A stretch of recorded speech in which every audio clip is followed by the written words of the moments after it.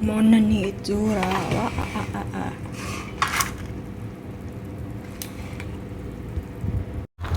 First time ko nga pala magluto nitong pata kasi may pata dito sa freezer nila mo. At yun, pinag-isipan ko kung paano ito lutuin at nanood ako sa YouTube kung ano lang yung pwedeng gawin na kung ano yung mga sangkap na meron dito sa bahay. At yun, meron silang bay leaves at meron silang paminta at nagdadalawang isip ako kasi hindi siya amoy paminta kaya konti lang yung nilagay ko. At wala silang tanglad at marami silang green onion kaya yan yung nilagay ko. At yun, mga pinakuluan ko nga pala to ng mga 35 to 46 minutes, 40 minutes. At ayan, ihahain na natin. Migin muna natin ito. Hindi rin di pud lalim ba nga magluto tagingani dapat na jud kay maggahin jud ka og oras at naalanganin ako nito kasi syempre meron pa akong ibang lulutuin na ulam at hindi naman marami. Kung marami kang time dito, kung marami kang time dito ay mas lalong mas masarap talaga. Kaya naaalala ko yung tuwin ko na si Tio Roger nagluto kasi siya nito at ang sarap talaga kasi may time siya na nilaan para lutuin ito. Ang maganda dito ay dapat pahanginan ko muna dapat ito. Pahanginan ba yung patuyuin mo na. Nahirapan ako kasi mainit pa ito. Ayan o, singaw-singaw pa. Kaya tinusok-tusok ko na kasi wala na akong time. Baka mabutan pa nila tayo nito at hindi pa ito naluto. Kaya pinagtusok-tusok ko na para manuot-nuot yung asin pag ilagay ba. Maganda sana ito kung sa mantika to niluto, no? Yung ano ba, yung crispy pata talaga. Yung tinatawag na crispy. Kaso sa air fryer na lang ako kasi mahirapan ako. At wala din silang masyadong maraming mantika dito kaya hindi ko naisip na mag crispy pata. Kaya garlic at pinahiran ng asin para okay na. Basta kay maluto lang ni ba. Try ko lang naman to. At ayan. At pinatayo ko pala to paglagay kaso sumagi kaya pinahiga ko na lang para hindi siya para magkasya sa ayan dito sa air fryer. At tinodo ko nga pala ito na sa mga ilan ba yun basta kay sagat na yung kainitan niya at nilagay ko sa 30 minutes. At tinitingnan ko baliktad kasi matagal din 30 minutes, di ba matagal, no? At ito na nga pala siya, guys. At mas maganda talaga pag sa mantika. At ayan, okay naman siya. Maganda din naman ng mukha niya. So, ayan. At ayan, binaliktad ko ulit ito. At ayan. At titingnan na natin ito kung okay na ba siya.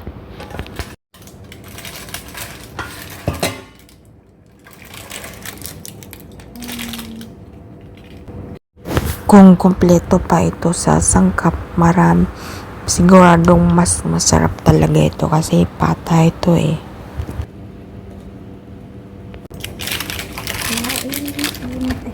At hiniwa ko na pala ito ngayon, hihiwain ko na. Hindi na ako nakapag-video pagkatapos maghiwa nito kasi walanganin na ako sa oras.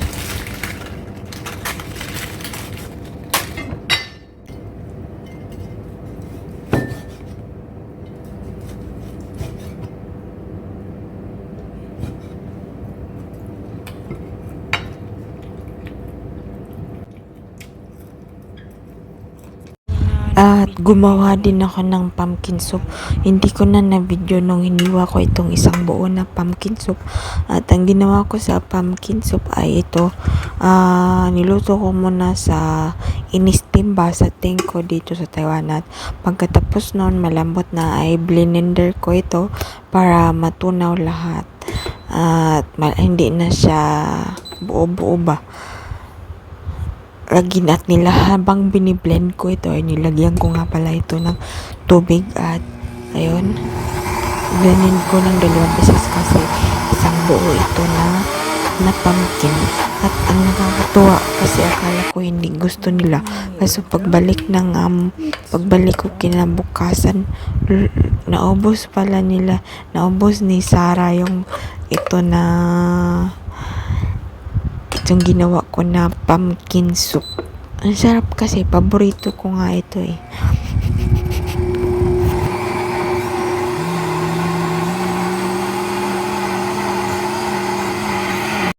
At ito na yung itsura niya. Tapos na. O ayan, di na 2 beses ko pag-blend kasi may buo-buo pa eh. So ayan, ito malapot na siya at ang sarap. Itong mga kalabasa na ito ay bigay lang ito sa kaibigan ni Amo. Pati yung kamote. So naisip ko, gagawin ko nga itong pumpkin soup kasi masarap eh. At alam niyo ba guys, kaya nagawa ko itong ganitong mga luto kasi wala yung amo ko. Nasa Japan sila nito na time at ang kakain lang ay yung anak niya, yung asawa ng anak niya at yung asawa, yung isa niyang kapatid. At ito nga pala yung nilagay ko na pampasarap. Made in Korea ito eh. Sarap siya. Lagyan ko lang ng 2 hiwa. Yan no. Naka-square na rin ito. At habang pinapainit nga pala itong pumpkin soup at nilagay itong pampalasa ay mahina lang ang apoy. Kasi kung pinapabayaan mo ito, mabilis lang mapagod yung mabilis didikit yung yun at saka yung white tsaka mabilis mag-dry itong pumpkin soup. Kaya kailangan mahina lang ang apoy at dahan-dahan kinukuraw ba halo-haloin at nilagyan ko nga pala ito ng gatas na 1 cup. Hindi ko na video, yun lang yung nakapakita ko para mas lalong masarap. At timplahan mo lang ng kung ano yung kulang sa panlasa, asin tsaka bitsin at pwede na yun. Ayan, masarap siya.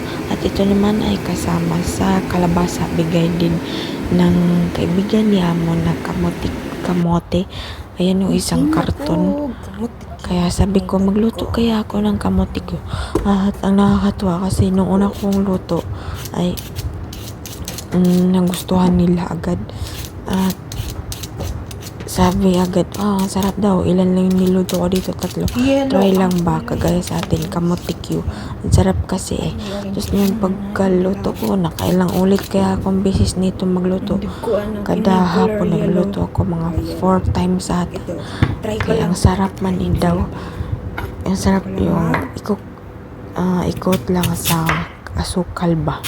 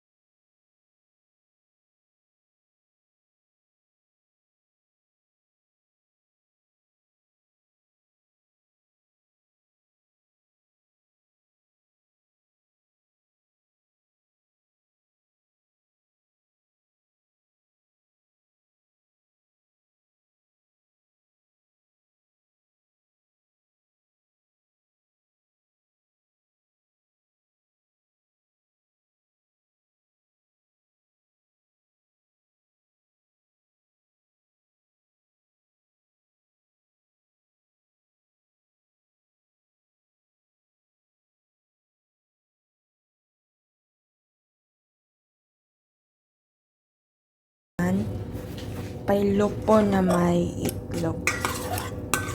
4 na itlog tapos pailopo. Para lang pancake siya. Parang pie. Tapos ito naman yung soup. 2. Napaka-easy lang. Isa lang itlog. Okay na. Meron na din niluto si ma'am. Hihiwain na lang to. Yan. At ito naman bulaklak ay bigay ng mga anak ni ma'am kasi Mother's Day ito. Matagal na itong video kaya idikit ko na lang dito. At ito namang saingan nila ng bigas ay lagay ng bigas ay made in Korea yata to o Japan. So ayan, nagsaing na ako. Mga 3 lang ata, pag kaunti lang, 3 or 4. So ayan, saing at ang napakaswerte ko kasi mabait itong amo ko.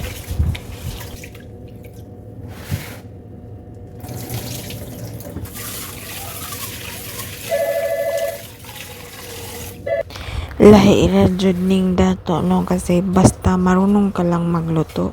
Mababayaan ka lang nila sa kusina. Sabihin lang yan, kaya mo ba? Marunong ka, sabihin mo, oh, kaya ko naman. Basta alam mo lang magluto. Babayaan ka lang, hindi yung kagaya ng ibang amo nga nasusundan ka kung ano yung gagawin mo. Sila hindi, babayaan ka lang, magbalik nila yan. Aakyat sila mga alas 12, kain na yun tapos. At ako naman, ay bababa ako at doon ako sa baba kakain at magpapahinga at balik ako ng alauna para maghugas, magligpit. Yun lang. At sasabihin ko sa inyo na 5 oras lang yung trabaho ko dito pero minsan umabot ako ng 6 to 7 kasi maaga pa pag alas 3 na uuwi ako. At ito naman ay itlog dala galing sa bahay. Ito lang yung almusal ko. Itlog isa ay okay na at magkape ako. Pwede na. Ang kinakain ko kasi sa umaga, biskuit lang tsaka kape. Tapos pag alas 10, parang gutom na waya, inumaw ng tubig, naka-itlog lang. Kung gusto niyong pumayat guys, ganun lang. Kaya natin ang pasin. Ate, ang pasin ni ma'am.